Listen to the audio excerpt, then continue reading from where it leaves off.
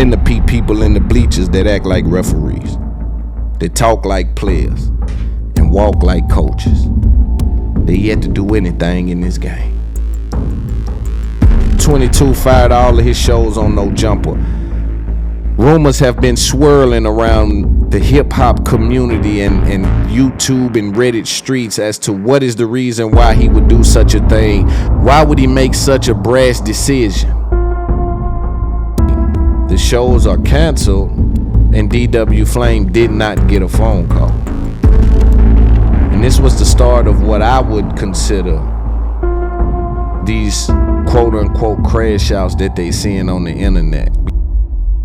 You gotta worry about paying Dejan about letting him get at No Jumper by a fake security guard, and you don't want to pay it. You don't want to pay a black man that much money. You know what I'm saying? One of No Jumper's main goons, main people he looks to bring some sort of street element to the platform, which is Brick Baby. You saw him go over to T-Rail, which is Adam 22's arch nemesis. And so on the West Coast, they're playing some weird game. Deal with the business element first. Again, when you look at Flacco flirts with academics and he'll leave at any moment. As soon as he has an opportunity, you can tell he won't even put a picture up on the wall.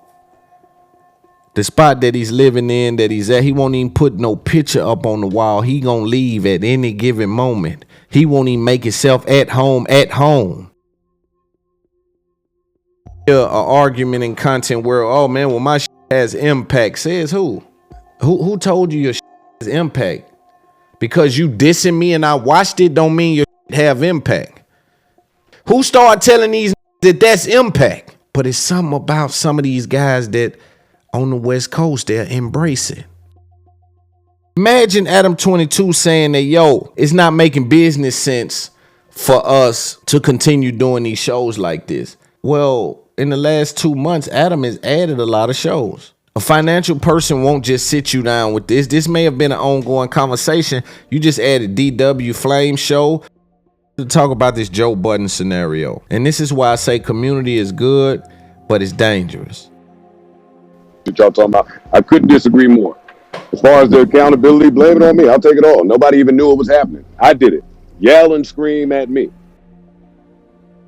These people have no business being able to affect the product in this way. Loon be the death. Salute, Loon. Yeah, exactly. It's my man, Loon. That's my man, too. Both Loons. Old Loon, new Loon, both Loons. Okay. Yeah, All ops must know it's up there and it's stuck there, nigga. When it's up there, man, it's stuck there. Shut up. This episode is brought to you by Prize Picks, the fantasy sports platform that's changing the game for people like us. With Prize Picks, you can test your knowledge with picking over and under for your favorite player stats across a wide variety of sports. Think football, baseball, basketball, and beyond. So why wait? Jump into Prize Picks right now and bring more excitement to game day. Whether you're cheering from the stands or the couch, Prize Picks adds that extra layer of fun for sports excitement. Again, my slogan, why would you put something on the game when you could put something on the name? Let's get into those picks and start winning with Prize Picks today. IUTP code. Let's get back to the show.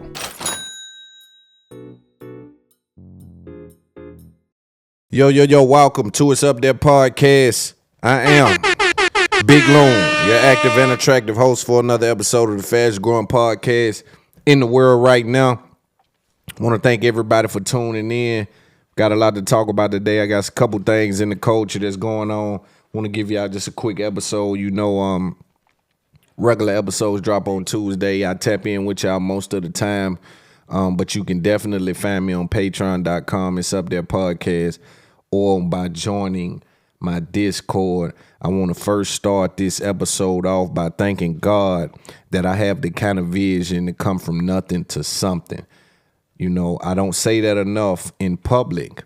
And oftentimes people may think that there's some unique trait that you must possess to get this done. What I will say is you have to put one foot in front of the other. And you must thank the higher power for guiding you in the directions, as well as your studies and your teachings and the universal law being in effect. Again, thank you guys so much. Episode is brought to you by Prize Picks. You can use my code IUTP This will get you matched up to $100 to get you on your journey to start winning money as it pertains to sports betting. If you do not know, we're in the middle of headed to the finals, NBA finals, and there is a lot of opportunity over at Prize Picks. For those who don't know what Prize Picks is, it is the #1 sports fantasy app in North America. The direction is to put your bets on more or less for your chance to earn up to 100 times your money. It is important that you guys don't just skim past these ads and you go and sign up if you're interested in doing sports betting, because it does keep the show going. Also, listen to the audio on Black Effect, iHeart. Man, we just winning. You know, we're winning in a multitude of ways. The universal law has deemed us as leaders. And I do want to deal with criticism today, because as a leader, you must know that criticism comes a part of being a leader, but there's a stark difference between criticism and complaint. And what I'm hearing in the market, what sets me apart, in my opinion, and makes me on another level, is that I don't do no complaining. Although I may be critical, I don't do no complaining. And also in this space, I'm talking to my peers. I'm talking to people that's running the same circles as us, that kind of do business with the same companies as us, and that speak to the level of audience that we speak to. And so the interest in someone that wants to call themselves anything other than an observer of this culture, it needs to be of some sort of substance, some sort of measurable value, before you running up saying dude's name that literally done things that's never been done in this game. Now, what I've noticed, right, because, you know, I study this game not only from a black standpoint, but from an overarching standpoint, and I watch. What I noticed, being a testimony from most comedians, is that when you sit up and watch comedians all day, when it's time for you to write, you can get delusional enough to think that you're coming up with this joke. But subconsciously, you've been fed this joke and you're remixing everything you're saying. So you don't really have an original joke, an original thought, because you consumption of other people's content, in which the same kind of content you're trying to create, it lends itself to you being a carbon copy. And it just takes follow-up questions to see that some of these individuals in the space don't have a leg to stand on. There's certain people I can't even muster up the vocabulary to put them in a scenario where I have a piece of content that'll live forever addressing them. I just can't do it. There's a very uncomfortable feeling when some people who you can crush like this actually think that they're like, you ever seen a little bitty dog that be barking in the house? It's just because he ain't ran into no other dogs. He don't know no better, right? I had a little dog one time named Mello, and I would take Mello places. And because Mello was a house dog, Mello didn't have a defense mechanism. Mello thought that whoever ran up, he would probably be able to take them on for size and take them down. Now, at some point in time, common sense kick in when Mello got close enough to something that can harm him. See that? And it's the same in content world. As long as the camera's on and you can sit in your spot, you will say some of these things. But when you in the same building, when you in the same area, you know what you do? When you get close enough, you say, oh my God, that packing, that's dangerous. It's dangerous. It's hard to respect things you ain't been close enough to know that they can hurt you. Especially without any intel, right? And so what happens is, in content world, these dudes, a lot of these guys remind me of a bunch of poodles. And because they stay in the house so much, because they grew up around non-confrontational environments, because they've been sheltered their entire life, they have an unrealistic relationship with danger. An unrealistic relationship with consequences. And we'll get to that a little later. We got a lot we want to talk about today. I guess this is a good place to start. We got Adam 22 canceling all shows on No Jumper. I really wasn't going to speak about this because the whole No Jumper universe, I'm looking at with a side eye. There's a lot happening that I'm not necessarily concerned with, but whenever I have a chance to look that way, something doesn't seem right. What that is, I guess, is yet to be seen, and the jury is still out on that. A lot of times it was unfortunate because it seems like that they were cranking out so much content that you can damn near be anybody and show up on No Jumper. I'm talking about you can damn near be anybody. Now, granted, they done built a fan base. They done built a channel that has, I believe, 4 or 5 million subscribers. Something wild, right? Couple million. I don't exactly know how many million, but they built a channel with a substantial amount of subscribers. Therefore, there's a fan base. There's a thirst for content there. You know, but the accolades and the attributes that you used to need to garner a certain amount of attention on some of these platforms have ceased to exist. I've watched the integrity corrode on most of the platforms that most of us watched on our way into the game. See, I'm now checked into the game. I'm no longer in the bleachers and on the bench. I'm checked into the game. I'm getting the ball. I'm putting up points. I'm getting steals. I don't get no turnovers. And you would think when somebody like me is having a flawless game, that the least these sucker ass can do is applaud the fact that somebody put the work in. But what do we tend to look at? We tend to peep people in the bleachers that act like referees, that talk like players and walk like coaches. They yet to do anything in this game. They yet to even position themselves as a reliable source in this game. I've saved lives with this microphone. I've touched the hearts of people that you couldn't even grasp the understanding of how far some of these sermons that I done given this culture has went. I've decided to kick back and focus on interviews, but there's not a person that I know that can crank this camera on and have nobody around them and garner these kind of results. We tend to have revisionist history and everything is rigged when it's working for me. It's only cheating when I win. They only say something is up when I win. When everybody else wins, it's quiet. But when I win, they can't make sense of it. It don't make sense. But on the contrary, it do make sense if you tapped in. But that be the problem. A lot of these content world guys ain't tapped in. But let's deal with Adam 22. Adam 22 fired all of his shows on No Jumper. Rumors have been swirling around the hip hop community and YouTube and Reddit streets as to what is the reason why he would do such a thing.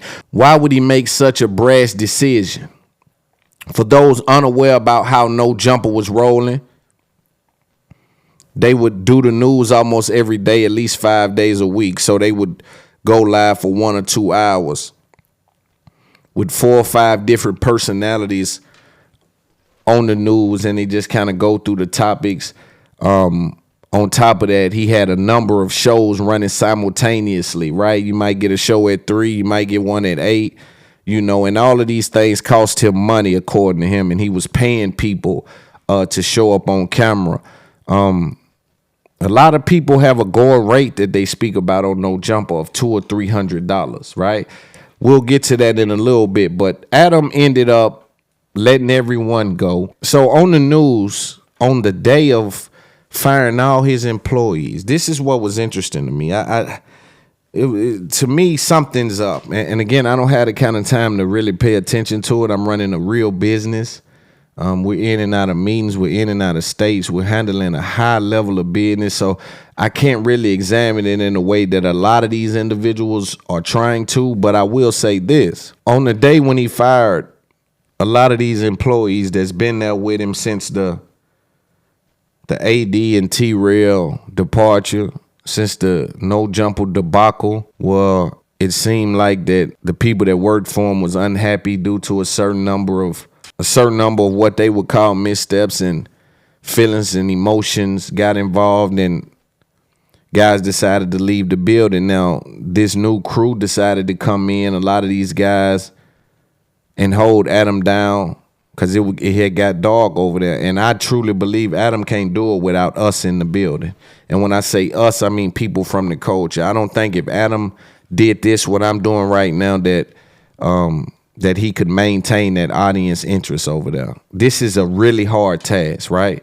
You know what I'm saying? And so with him understanding the business side of this, you saw Adam morph into trying to get just shows almost every day just to keep the audience attention and keep the retention of the people that he already had involved, because his numbers did take a dip there for a second. In the midst of that, he got the Wack 100 show. Wack 100 brought in a guy by the name of DW Flame. You know, Brick Baby's there, Sharp's there. Sharp being one of the people that really rode for him. Yet he allowed Sharp to be spoke to in a way that was uncomfortable to watch. I'll leave it at that. Wack 100 came in and brought in DW Flame. DW Flame has been seen on Wild 'N Out. I think he signed to Nick Cannon's label. And so it's an interesting scenario for him to be there and wanting to, you know, further his brand. The departure happened, and on camera, DW Flame finds out that Adam has been making calls to people, letting them know that, hey, the shows are canceled, and DW Flame did not get a phone call. And this was the start of what I would consider these quote-unquote crash outs that they seeing on the internet. Because to me, when they say these are crash outs online, I really don't second that notion, right? I know what a real crash out look like. I done saw crash outs. Like, if you really done saw a crash out, you know somebody getting on camera talking, ain't no crash out. Please don't never hear me talking on camera and think it's a crash out. Always remember that there's some information in what I'm saying, and I'm trying to get a point across. If you can just pull and pick up what I'm putting down, you're going to get something out of what I'm giving. Ain't gonna be no misunderstanding about when the camera come on, who giving something and who getting something. It's gonna be clear. Every time I cut it on, I'm giving something and you getting something. It need to be clear about that, and I think it is, and that's why we've been able to navigate the space in the fashion that we've been able to navigate it in. Back to No Jumper. For whatever reason, DW says Adam didn't call him. Adam clears that up and says, no, I tried to call him, but he didn't answer. And he had a bunch of unknown guys up there in the middle of, this is the last No Jumper show? Damn, can we at least get on here and kick it and reminisce about what it was? You got 3 unknown up here. You done brought 3 dudes up here that don't nobody know to get on the news on the last day of filming the news. Like, to me, on one end, you can't say you're paying enough attention to the business to cut the shows because of financial liabilities. And on the other end, you got 3 unknown guys who you don't even know the chemistry. How did you know DW Flame when came in there that day super mad because you done canceled the show and got on one of them, knocked one of them out? Now you liable. Like, what kind of mess? What was that? There's something interesting about that move. Let's get into what happened following the last No Jumper News show and Adam clarifying it and saying little things on these other shows. Like, why wouldn't you have the Tuesday show with the crew? That last show you had with them unknown guys, why wouldn't you bring your crew in there for them to kind of talk through this? You got people saying you never told them. It's all kind of allegations floating around, and yet you do your last show on the day where you fire all these guys. You do that show with 3 unknown guys. Granted, you do what you want to with your platform. I'm talking about integrity of the content at this point. Integrity of the relationships at this point. Integrity of the relationships at this point. This is what Loon talking about. You can do what you want to with your content. I'm talking about what you're doing with your conscience. Let's listen to what DW Flame said to Adam 22 out of nowhere on his Instagram. Pay attention. I live stream, right? I'm going to do my live stream today. Truth is, niggas is getting shot. Unprofessional. There's lawsuits going on. I got some good y'all, so y'all pay attention. That's why No Jumper is going the way it's going, not because of the niggas saying.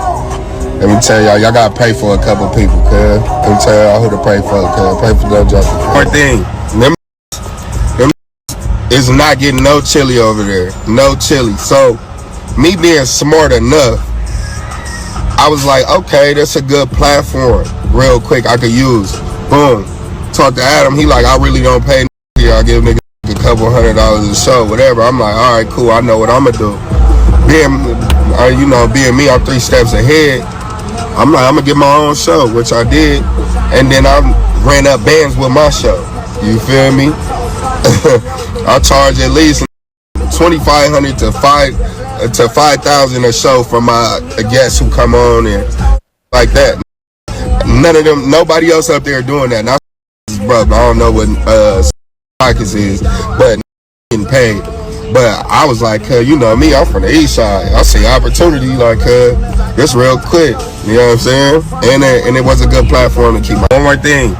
If you or someone you know has been charged $5,000 to appear on DW Flames podcast, then you may be eligible for financial compensation.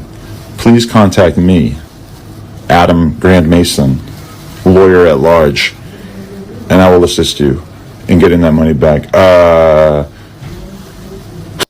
Yo, somebody just pointed this out to me. Peep game. Look at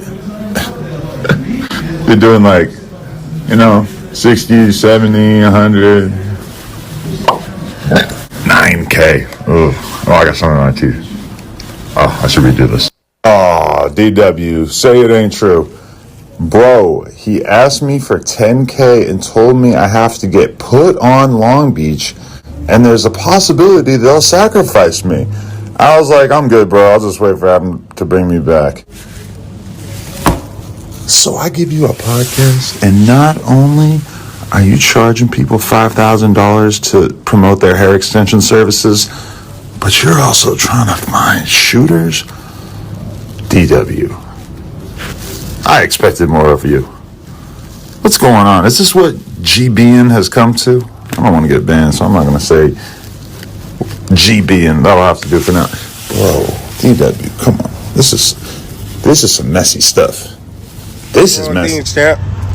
You got to worry about paying Dejan about letting him get shot at No Jumper by a fake security guard, and you don't want to pay a black man that much money. You know what I'm saying? It's a lot happening in that clip. You hear them mention a guy named Dejan. According to some reports, and out of Dejan's mouth, allegedly he's been shot at No Jumper, and there's a lawsuit proceeding. DW Flame is alleging that's why you see some of the erratic behavior that you see. I think it is interesting that without any notice, you come in and fire everyone. Such a decision like that, and I'm going to give you the reason why I believe he done that. I've yet to hear this reason, but I'll give it to you.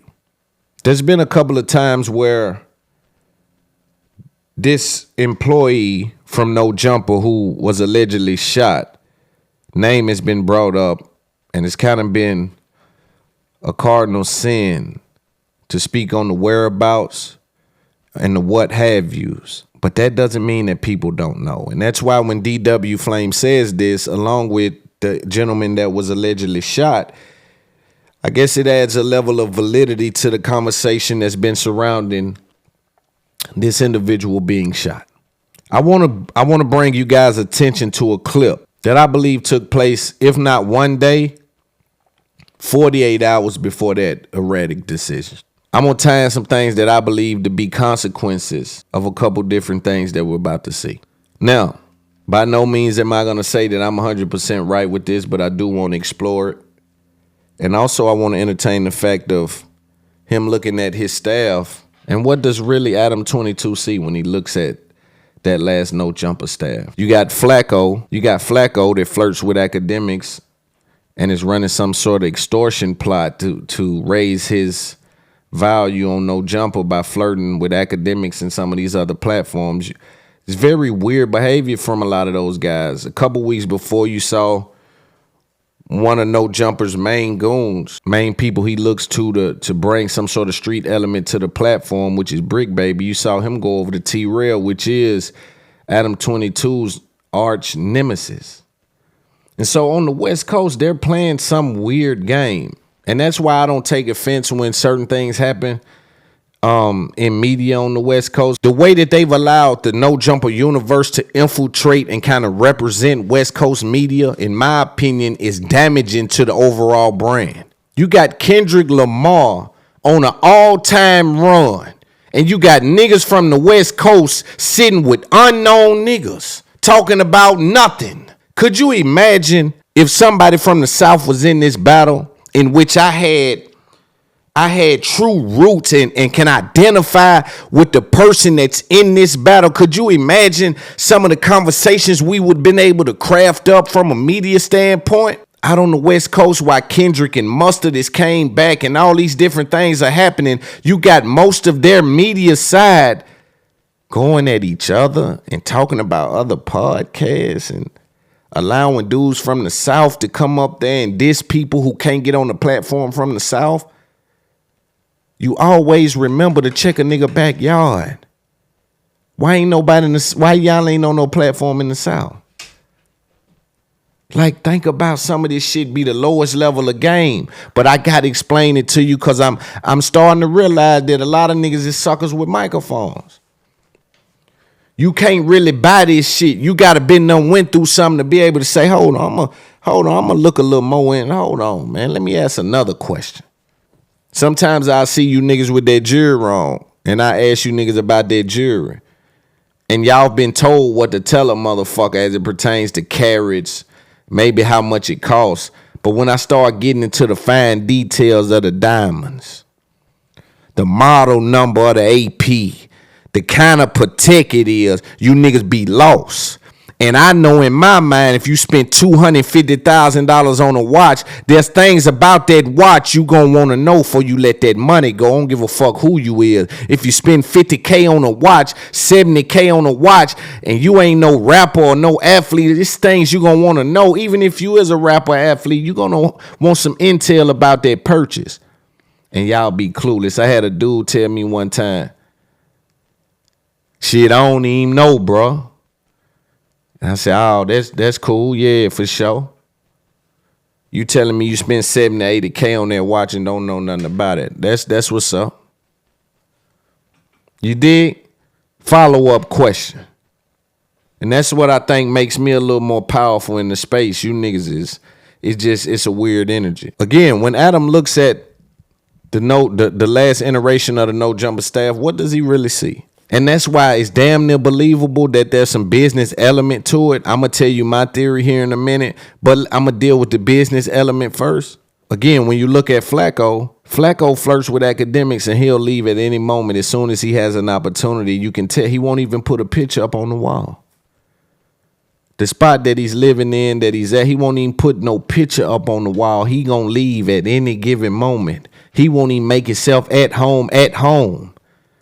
The boy gonna leave at a moment. So if I'm Adam and I'm looking at Flacco, I'm knowing he's shaky. He may not be here at any moment, right? He's kind of running this scheme to get more money out of me, right? He got his own thing going, but how effective is that news thing? It's cool, but the culture stamp gonna have to come from interviews, gonna have to come from long form content. That's where the stamps come from in this game.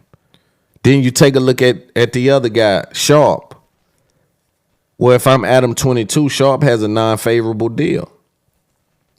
Sharp has a deal where he gets a percentage because he never really signed to an on-camera fee. He signed to, this is my opinion, I believe Sharp to be signed to a deal where when the piece of content is produced, they split it. Whether that be 60-40, 70-30, there's a split happening. And they probably show him the numbers of it. And there's a big percentage where it used to be, at least for Sharp, that if you got 3-4 million subscribers, man, you know, you maybe can make 5-10 grand from this interview if it's done right. And if you do 5 of them a month, that's 50 grand. You split that's 25K. You know what I'm saying? I feel as though that's the way he kind of got him a little money. I think Adam is more comfortable with the on-air camera fee because he's able to look at his numbers and actually see how much money he's making. I don't really know what anyone else's deal is, and I also think it's kind of interesting how No Jumper's been treating, that guy Sharp, because Sharp took criticism for staying with Adam. People told Sharp that he should have been left. Adam, don't be there. Don't be the fool. Don't run behind the white boy. He don't care nothing about nobody. There's this sentiment for people that worked for Adam, that it almost sounds like that they're singing in concert that he doesn't care. Now, for me, I understand that you do have disgruntled employees. Everybody believes they got the short end of the stick when they came here without a stick. It's like you getting a little piece of my sandwich. Did you forget somewhere along the line that's my sandwich? You ain't come here with nothing and left with something. Now, should you negotiate it better? Did you make the right move? That's all on you, and that's still left up for debate. But I believe Adam to look at it like, yo, I'm running a business. And in hip-hop, these companies oftentimes are able to trick you with La Familia talk, or we're family, or we boys, or we cool, or we chopping it up, or we want, right? You got to be careful who you integrate with, because you could be lining yourself up for an interception. You cannot integrate with everybody just because you want some clout or some money. You got to be careful. I just left the West Coast. I didn't stop a lot of places because the jury is still out about how do I really feel about what's going on. Right? My presence ain't needed everywhere. Sometimes my presence ain't needed where it's welcomed. Sometimes they begging me to go places where I ain't needed. And when you have a calling like I have, you got to focus on the places where you need it, the things that need you. Focus on those. Don't be over there just because they welcome you. And so Sharp found himself in that scenario. Now, Sharp may be coming to the news on the last day, and he got into it with some unknown podcast guy that was critical of him. And for me, it was interesting because I never understood how can someone that has never done this tell you how to do this? And so you saw some of the internet react to Sharp being quote unquote attacked. And the reason why people may have thought it was a hit job is because it's the last day of news, bro. Let the people that's been working hard for you at least come in here and talk. Let these guys at least come in here and talk with a clean slate. Why you got the 3 resource students in there? Now Sharp can't even get his shit off. He can't even talk. You got some nigga telling him he ain't viral. That's never been viral. And sometimes you'll hear an argument in content where, oh man, well my shit has impact. Says who? Who told you your shit has impact? Because you dissing me and I watched it don't mean your shit have impact. You're wrong.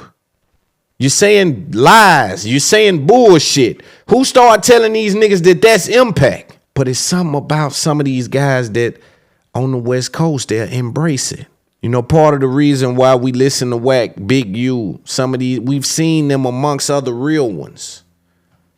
We've seen them next to real ones. We've seen they've been in the rooms where things can be critical based on what you said.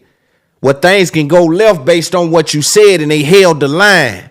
In the midst of Kendrick Lamar, which is a representative of the West Coast, being on one of the most monumental runs, and a lot of people's mindset and mind frames taking the crown from Drake as it pertains to this last rap battle.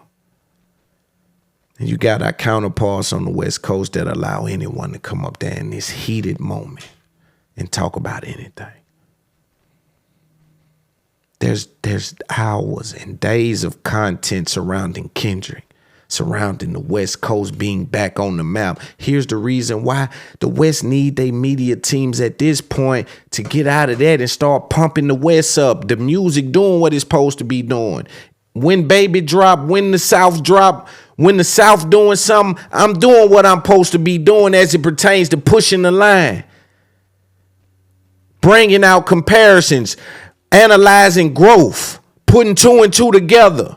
This is why when Game drops, he bypasses the whole entire West Coast media and he gives the song to academics. He bypassed the entire West Coast media landscape and give the song to academics. And they not even out there paying attention to it. And this ain't a diss to y'all. This is game.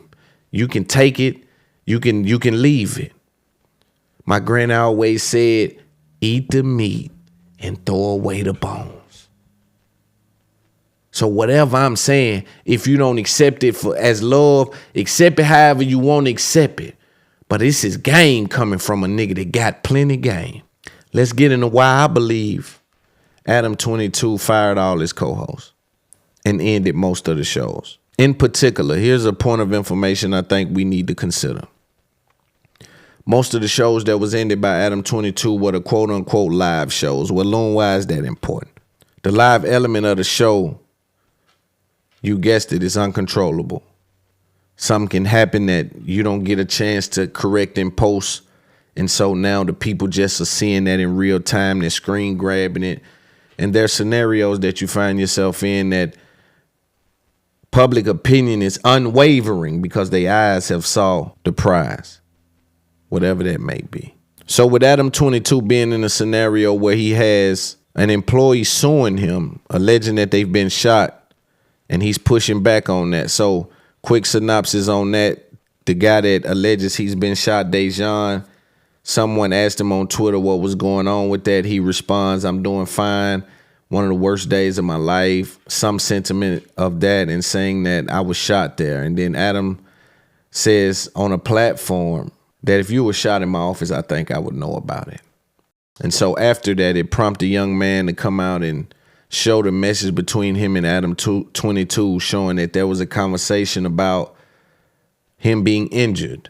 You know, I don't think they mentioned a gunshot in that, but there was an acknowledgement that he was injured somewhere on that property at some point, and Adam kind of asked how he was feeling. Again, I think it's pertinent that we understand the position of the man that has a live show and a looming lawsuit. And so I'll point your attention to this next clip. Maybe 48 hours before you made this kind of announcement, we saw Flacco be involved in what people are calling a rundown. Let's pay attention. What you doing? I don't trip, do your shit. I don't give a f. Yeah. Y'all do y'all thing. But at some point, if you think that your platform is going to be a platform they got to come diss my neighborhood, then you're going to find out what it is. Wait, but like No Jumper is not my platform, it's Adam's platform, right? And the show itself. Hey, listen. Hold on. What the? Hold on. Hey, nah, because not on my show. Okay, well, bring him up. Bring him up out of here, nephew. He keep playing. You keep playing. Just played me talking about some nut boy. You right. But today, I don't want to be. Now, chill out. Wack, is this nigga? I know it's yours. Let me holler at you. Since it ain't Joe's show. Chill out, bro. Come on out here. This is our show, cuz. Come on out here. Here, man. Bring him out. It's on my platform. Bro, I'm not. I'm going out there. No. I didn't even know y'all serious like that. Bring him. Can we talk like that? Right? I could have called you what you do. I don't trip, do your shit. I don't give a f. Yeah. Y'all do y'all thing. But at some point, if you think that your platform is going to be a platform they got to come diss my neighborhood, then you're going to find out what it is. Wait, but like No Jumper is not my platform, it's Adam's platform, right? And the show itself. Hey, listen. Hold on. What the? Hold on. Hey, nah, because not on my show. Okay, well, bring him up out of here, nephew. He keep playing. You keep playing. Just played me talking about some nut boy. In my opinion, ladies and gentlemen, for the first time ever, we just did the science. I truly believe that we just witnessed the reason why Adam 22 had to remove all of his live elements from his business and No Jumper's platform. You put two and two together at that moment, you got what fans are saying is something on Wack 100's hip that will lend itself to the lawsuit. And they say, well, no, Loon, that's something totally different. I want you to understand that the defense to someone being shot at your establishment is that We don't even get out like that. It's not a reckless place. There's really no weapons in the building. And then you'll have some judge or some lawyer that will present more instances. And I believe this may be one of the only instances in No Jumper history where they're alleging, except when Adam got hit. But there's only a few instances in No Jumper history where they're going to allege real violence took place, or there was maybe a firearm in a video that you can see. And I believe that he spoke to a lawyer about that video, and he had to make that decision. I think that after that went live and went crazy and went everywhere, I think that he had to make a decision to say, yo, I got to get rid of the live element and fire everyone, because the fans are saying that they're looking at a firearm in a video. And so when a man comes in the court and says, I've been shot, it is a little easy to believe when they go to painting all of these different things in the circuit court. So in my opinion, it was less about the business elements. Now, that could have played into it. Maybe that's been an ongoing conversation for months. But ask yourself this question. How can Adam 22 come out from No Jumper saying, yo, I did this for business, and this is what make me a better podcaster than you? It's the thinking power. It's the brain power. It's the problem solver. This what make me better at this than most people. But imagine Adam 22 saying that, yo, it's not making business sense for us to continue doing these shows like this. Well, in the last 2 months, Adam has added a lot of shows. A financial person won't just sit you down with this. This may have been an ongoing conversation. You just added DW Flame show. You added some other show with Flacco and them dudes. This one, what we was just watching. When Flacco is on there with those other guys, like it's 4 or 5 different shows you done added in the last 60 to 90 days. So how do you go from adding shows to, oh, this don't make sense anymore? This is motivated by more than one thing. But when you're able to sit across from people whose thinking power and IQ may not be in a position of where they're problem solvers, you can kind of get that off. For me, I think and truly believe that after this video was seen and sent to whoever's lawyers, they had to make that decision, because we can't afford for things like that to happen anymore. And you may have knowledge that people are bringing their firearms with them up here because it could go down up here. I would have mine up there. For me, I believe that to be the reason. Now, what do these guys lose if Adam does shut shop down and have to pay a lawsuit? Number one, Flacco and all of them. See, here's the thing why I say your YouTube thing and when you do the news on your YouTube and these short little content is cool, right? But impacting the culture is another thing. You know, that's like the D League. It's like the AAU. Like, you doing your thing. But when you get in the league, you got to have certain elements to your shit, my nigga. A lot of people done set some business down where you can follow the business. You can go Joe Budden and try to sit with your buddies and make it happen. You can go Loon and try to crank it up by yourself. Most people have to go interview. So what's something that these No Jumper employees lose on their departure from the corporation? They lose booking power. You got somebody like Flacco that if he ain't with No Jumper or academics, he may not never get a huge interview. Not saying that he may not never get a good interview that does great numbers, but he may not never get a huge interview. By way of No Jumper makes the booking process easier. What these podcasts don't understand is that's the biggest fight for most of these guys. It's booking power. The people I want to speak with, how do I speak with them? And so with No Jumper, they lose that. I'm not sure how much brand visibility they use, because a lot of the people that know them for a reason. They know them for whatever reason. And they'll probably follow them at some point in time if they go their way and start cranking out content. You know, to get off the No Jumper thing, when we deal with content, right? When we deal with someone like me that's been able to navigate the space in this kind of form and fashion, right? I've been killing the game. I've been killing it. Everywhere I'm going, I'm killing it. And I had to tell my family, I bring the money back as a souvenir of me killing this shit. The money don't make me. It's just a souvenir of me killing it. I got to just keep trying to kill it. But imagine, right? Imagine me being someone that think that I'm above critique. I'm never above critique. I'm above complaints and lies. And what happens is in this new era of content creation, they want to confuse you. They form it like it's critique, but they really complaining and they lying.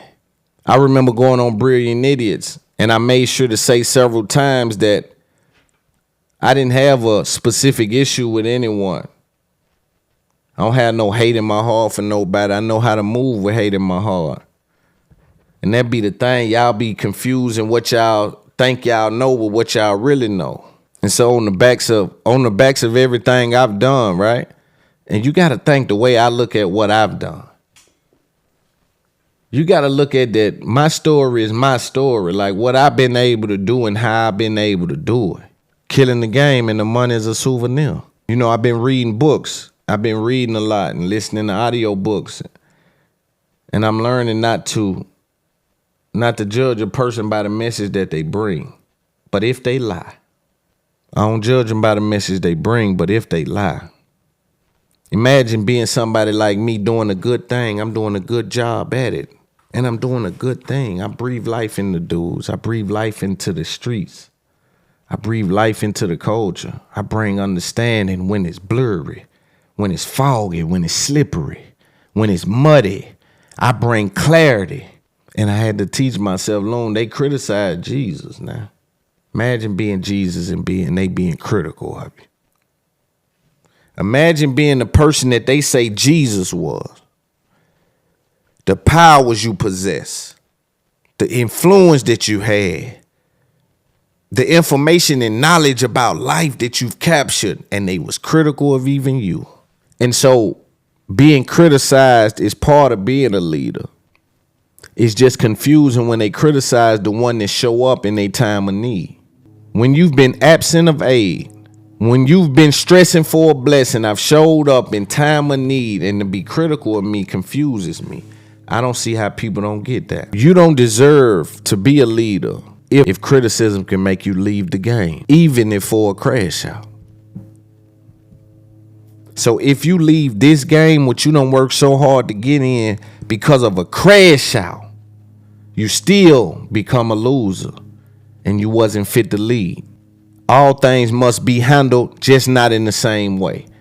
And so as I get older and get wise, I look at this game and I navigate it in a way to say, Loon, don't let them trick you, because I still got that switch. I still got it.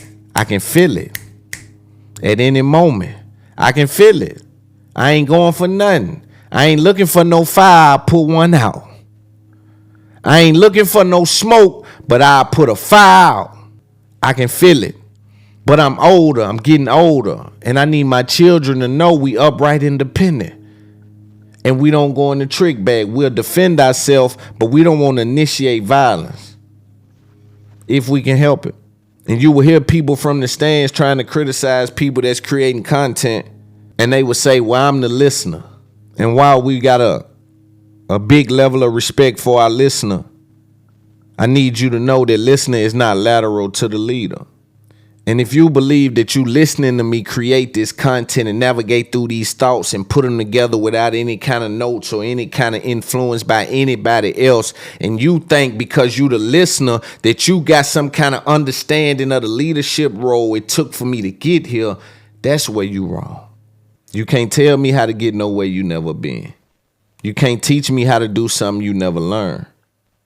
You can't be critical of me where you can't compare.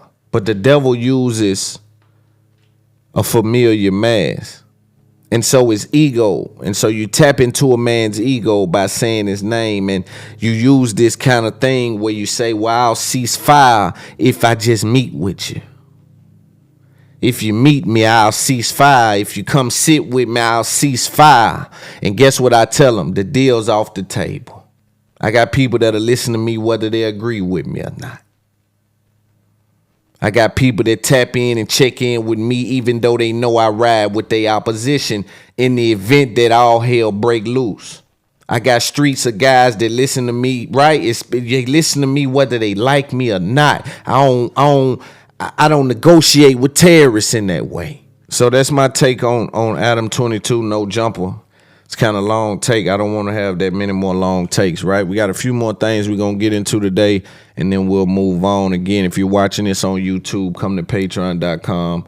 It's Up There Podcast. It's how you support me. I got some merch about to drop. Fire merch. Fire merch about to drop. You definitely want to be involved in that. Go to Prize Picks. Use my code IUTP.com. Get you $100. Start your winning process. Prize Picks is the #1 sports fantasy app in North America, right? I wanted to talk about this Joe Budden scenario. And this is why I say community is good, but it's dangerous. And so for those who don't know, the Joe Budden Podcast has an extreme community. He has a following that provides him with a community that are very active on socials and Reddits and other platforms. So as we all know, Diddy has been wrapped up in a civil/criminal case with not only Cassie, but a number of other alleged victims. Cassie being the one that holds the most weight and the most notable one for mainstream media. Now, a video came out in which Diddy was running down the hallway and he came and assaulted Cassie. He looked like a monster on this video. The Joe Budden Podcast had spoke on this incident on a podcast, and they kind of took it out. When the video was released, according to Joe, they only spoke on it for a brief second. I want to listen to a conversation with Joe Budden and a couple of people in what's called a Twitter space, where these individuals from your community bring you up and they talk to you. Joe Budden is one of the more accessible guys than he leads you to believe. Like, he's always on these socials. He's always in these Twitter spaces. He's very accessible. So if you receive a phone call in which Joe Budden says he doesn't have the time to come, it's because he probably doesn't want to do it, because he was sitting in Clubhouse. He sits in these little rooms and talk to his fans, which on one side I believe is great for the business. It makes him more relatable. And a lot of people have a dream of one day I'll get up there and talk to him. You know, I'll be able to pitch this or say this to him. But then on the other hand, they start to have this parasocial relationship, and now this affects the business. And I believe that's what we're dealing with here. So it wasn't mainstream media. It wasn't Shade Room. It wasn't any of those people that came out and said Joe Budden deleted the Diddy part of the episode. Now, how did they even know he deleted the Diddy part of the episode? Because the editors over at Joe Budden Podcast put timestamps in the description. And I believe the timestamps read spoke about Diddy and Cassie's in that video that came out. So because the timestamps read that, and it wasn't in the actual video, these people that cover the Joe Budden Podcast on a daily basis came out and said Joe Budden erased the Diddy segment. He's scared to speak on Diddy. This is his own community doing this. Pay attention to Joe Budden speaking on it. That y'all talking about, I couldn't disagree more. As far as the accountability, blame it on me. I'll take it all. Nobody even knew it was happening. I did it. Yell and scream at me. But y'all are critiquing silence, and I prefer it that way. All right. Understood. I was just making sure that the young lady knew that. I even got a problem. She had an opinion. even got a problem with the word silence being used, because it speaks to the instant gratification that some of y'all are looking for. It's not silence because it didn't come out on an episode where you read some timestamps. That's not what silence is. Silence is quiet on the subject all the way through, regardless. Not saying a word about it. There's no silence. You niggas is overreacting, but I'm enjoying it and it's entertaining. Well, no, I'm not overreacting. And for your damage control point, the next time y'all complaining about some shit, I'll go enjoy my fucking day. What are y'all talking about?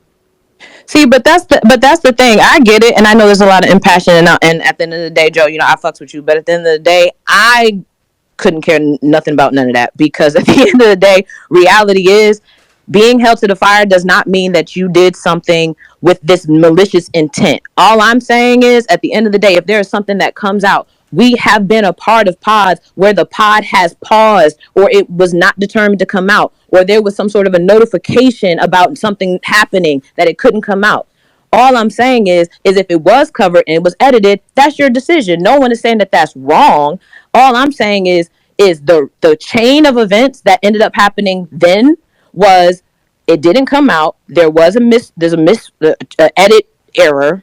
And then there was a reaction, there was a determination, then there was a discussion. So it's like, okay, so we could have had these discussions yesterday. It just probably was poor timing or whatever it was. I don't think this is a blame game. I don't think it's none of that. But it is okay to feel as someone who essentially lives and breathes this information that you guys put out.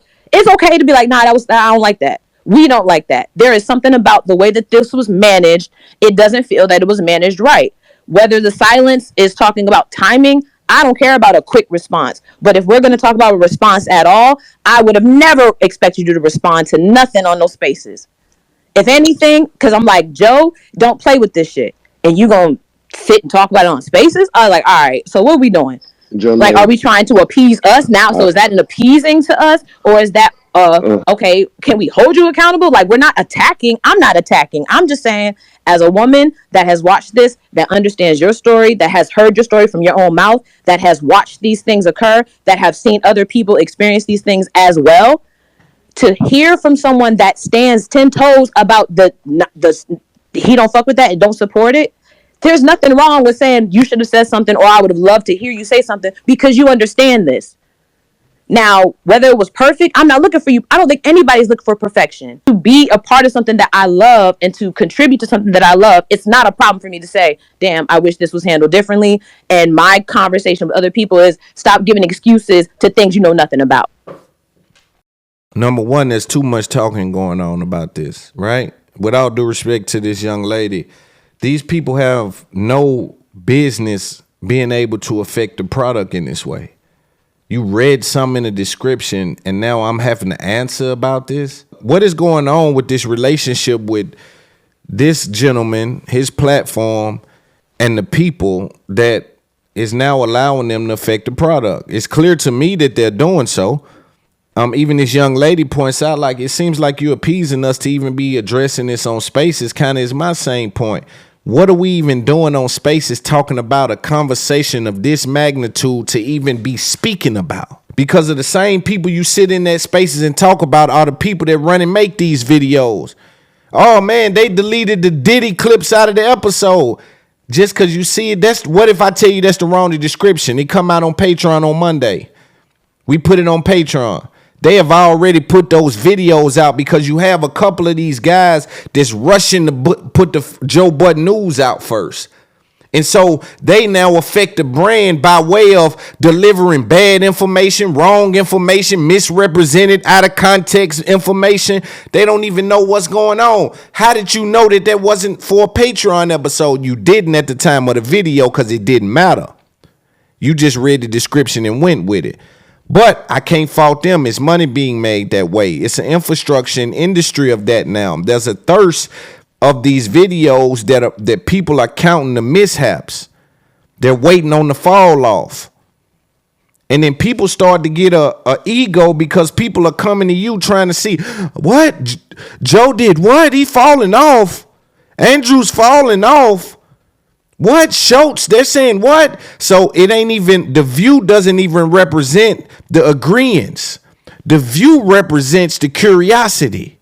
So they a lot of times are telling lies, but the curiosity will get them a view because it's like, hold on, what they say about, damn, it's my favorite guy. Yo, I like Bert Kreischer. That's my favorite guy, man. I'm going to look at what he fell off. And then if they have an argument for it, a lie unchallenged becomes the truth. And so a little bit of that is why I can understand Joe trying to address it, but not on Spaces, right? It's an opportunity to take that to your platform if you're going to address it at all. If not, just do it with a tweet. For someone that doesn't post, right? When you look at his social medias, he doesn't post. It gives the illusion that, oh, he old, man. So he thinking, oh, he has a mystique. He's mysterious. Right? He's mysterious. But that dude is on there all day. Sometimes he'll sit in them little rooms like that with these guys who are now incentivized to create this content because I'm talking to him now. It's a thing. Like, this is a thing. It's good when it's good, but it's bad when it's bad. I think that, one, Jonah, you know I fuck with you. So we can have a healthy debate, and it would just be a healthy debate. We can disagree. This is not, I don't take any of this personally. Right. For starters, right? Mm-hmm. I don't think that I addressed anything on Spaces yesterday. I even look at that differently than you. Whatever I said on Spaces is very different from whatever I will have to say on the pod. Mm-hmm. That Spaces was for y'all to get your shit off, for me to tell y'all what happened. It ain't. What happened for me is just real simple. It's simple. Me telling it to y'all was simple. What y'all are deciding to do with that is totally on y'all. Me, right? I get a lot of y'all have like a fan point of view, right? Like I heard you earlier say, what is there to think about? You see this video, you see it, and it's fucked up, and that's it. What is there to?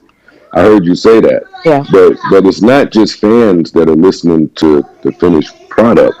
This is a industry-wide call out that will be happening Wednesday. This is not just what y'all are listening to and thinking about and feeling. For me, there were no ramifications from taking out the fucking 7 minutes that were in there. There were no ramifications for everybody being in a great, healthy mood on a Friday and enjoying that vibe and having to stop and switch your whole fucking feeling palette. Right. I heard you say you listened to the podcast. They wasn't really talking about shit. Yeah, but for me and for the people that was in the room, that was important. Yeah. I enjoyed the pod now. I ain't gonna hold you, but people were feeling good, Jonay, is my point. Yeah. That's just one of the reasons why. It wasn't about what the fans would think. It wasn't about hiding and all of these narratives y'all are coming up with. I'm not trying to manipulate none of y'all. Please have your own thoughts. But no. Coming back Wednesday when you know, and Wednesday is the pod for that too, if I have to choose. But yeah, coming back Wednesday, well thought out as a cast, as a crew, as a team. Everybody's reaction to that is different. Like I heard Juicy say earlier, like Mel needs time to get her shit together. The fellas need time to get their shit together. I mean, Ice and Amani have been vocal on their feeds telling you how they feel. But this podcast is not for people to come in here with feel and vomit. It's to have a little more in-depth conversation about what's going on. And it's not just totally about that video. So sorry if there's some fans out there that don't understand that. I'm sorry. Joe Budden, apologize. Take accountability. It's my fault. Do what you want. Okay, throw the stones. I don't give a fuck. Oh, gosh, Joe. I'm just saying. Stop with the drama. But Jonay, I think it's drama from y'all. No, when I started accountability, Jonay, let me finish. When I started that space, I went to bed at 4:30, woke up at 8, watched y'all for 2 hours, and then said something. Immediately. Just watching y'all in the community. My everyday behavior. There was nothing different that happened. I normally start a space every fucking week. I know that. I'm just saying. I just don't feel like feel like the much to do about the shit is coming from a very rapid fan base, and I'm grateful for that fan base. So I'm not mad at nothing that y'all are saying or doing or feeling. Go ahead, get your shit off. Right. So you hear him speak to, again, that fan base drive. It drives the bottom line. There's a lot of money when you have these fans that are highly invested in your moves, where you are, how you doing, who you with, what y'all speak about, how you speak about it. Oh, you took that out, what you wearing. Like, there is a luxury that comes along with that. And Joe Budden is reaping the benefits of that. So I understand that he wants to tap into it. I believe he's going too far. He's overplaying his hand, though. When we talk about how many people, according to them, listen to that podcast, and we talk about how many people are on Twitter doing that, I'm not really sure that represents enough people for you to be in there for hours explaining to where now your voice travels and people recap it, and right? You have birthed, if you're Joe Budden, Charlemagne, some of these bigger platforms, Wallow and Gilly hasn't allowed anyone to come up off them that way. If you're Joe Budden in particular, then you deal with, I don't even know what the fuck I was just saying. And as many people listen to this podcast as they say, yo, respectfully to this community, right? Because again, I appreciate that dude's community as it pertains to from a business model perspective. This is what I'm looking at to say, yo, you need community. Because everybody love you, right? When I'm talking about this Up There podcast, a lot of people enjoy it, but they don't know where we meeting at. Where we meeting? Where all the people that's rocking with this, where we meeting at? And that's the problem. That's my next phase, along with the merch side. But I appreciate that he got so big that he didn't even have to facilitate none of these communities.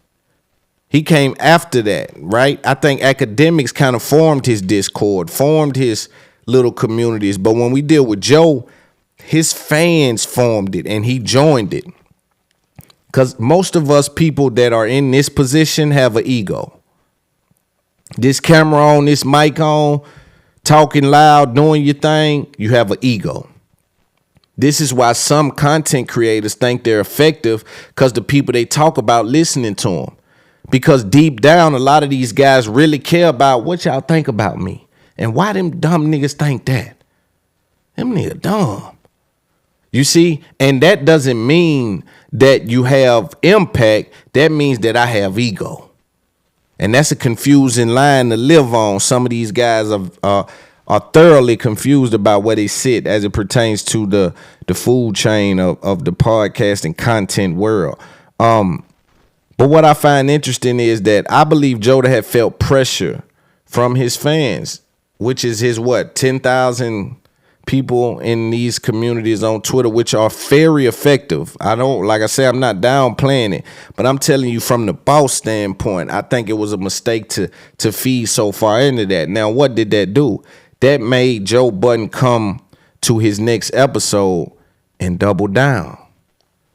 Double down on what? Double down on what they were critiquing him about. Yo, you didn't talk about the Diddy video. So he doubled and tripled down on what we all saw as a very violent attack by Diddy on Cassie.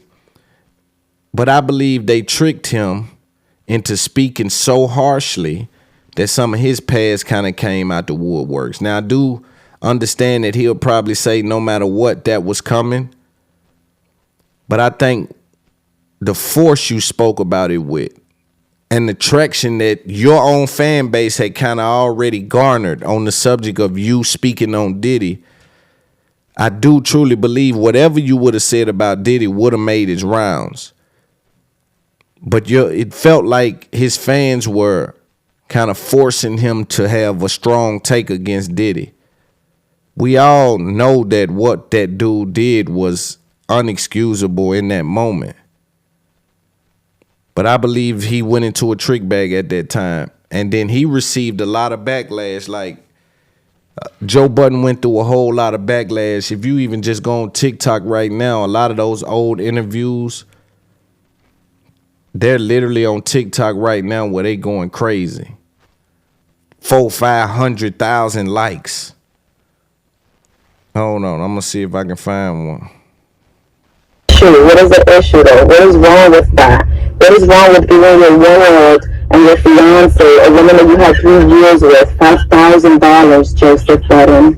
$5,000? Like, what are we talking about now? Honestly. Let's get to it. What are we discussing? What is this? What are we doing? Take it down on paper. So made it seem like it Thursdays from 10 a.m. to 7 p.m. Okay, hold on. So let me pull out. Okay, hold on. What days? Weekend. Okay, what days would you like to see likes? Then you don't think this stuff is more important than the way that we're handling it, honestly. So we're talking right now. We're on the phone. We're having a conversation finally. I know that's why I'm asking you. Like, how much more you want me to do? Sim, I'm doing everything that you're saying. Like, I don't know. First of all, hold on. Basically, him speaking about that brought all this different stuff back out. I don't believe he was coerced into speaking about it. I believe he was coerced into how we spoke about it. I don't think he went in there with free will and spoke to him having any kind of history and possibly being involved with anything of that magnitude, right? He kind of distanced himself so far away from that behavior, where some of them people was able to use that against him. I think he should have had a more thought out effort as it pertains to that subject. If his goal was to separate himself from that behavior, he did a great job. I mean, his take on it was pretty good. It just ignited a fire, and very interesting outcome. Looking like a groupie, or maybe I misunderstood when you said y'all two was making a movie. Looking at the shit pal, I stepped in again, and to top it off, your whole ass is pregnant again. How'd you feel when you first heard that track? I actually haven't heard. The song. I've heard, people talking about it, and people that like friends and family and stuff like that. They try to keep me away from listening to stuff like that. I'm not trying to listen to it. I've heard the, I guess, aftermath of the situation, but I'm not trying to listen to it.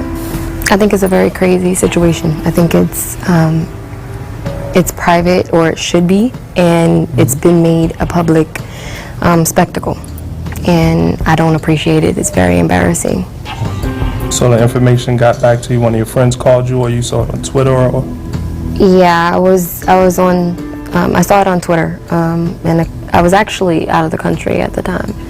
How'd you guys hook up? Because it seemed like that once he had to break up with Tahiri, how'd you guys meet? Well, I didn't know anything about that situation. You're not familiar with Tahiri or any of his past I don't girlfriends? know. No, I don't know any of his past ex.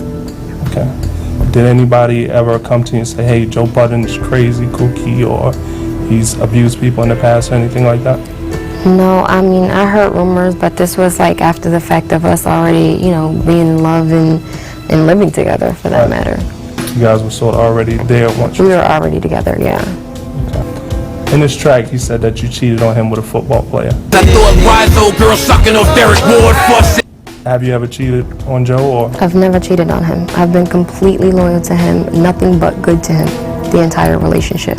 In the track, in the audio, he also talks about you having a miscarriage. At first you resembled my twin. Fast forward, you gave me identical twins, but then you lost it. Honestly, that murked my soul. Did you really have a miscarriage? Yes, I did. I had a miscarriage as a result of some actions that he decided to take. So what were those actions? I mean, we were having an argument. We were having an argument about inappropriate behavior on Twitter, him being inappropriate with other women on Twitter. Basically, I mean, we got into an argument, and he, kind of just went into a rage and started throwing my stuff down the stairs, my clothes and shoes and everything down the stairs. He's telling me to get out, and I just went into another room and just closed the door, locked the door, and he didn't like that. He came over and kicked the door down, came into the room, grabbed me by my ankles and yanked me out of the bed multiple times, and just basically ended up choking me so I couldn't breathe, slamming me up against the door, like in the closet doors. I told him that if he didn't stop, I was going to call the police. So he, in an attempt to grab my phone from me, he threw me on the floor, wrestling with me, and ended up just throwing me on my back and grabbing me by my wrist and sitting on my stomach for half an hour while I was 3 months pregnant. So I hemmed you up, wasn't what I aimed to do. I ain't attack you, bitch, I was restraining you. Did you call the police in that situation, or? Yeah, I called the police as soon as he let me go.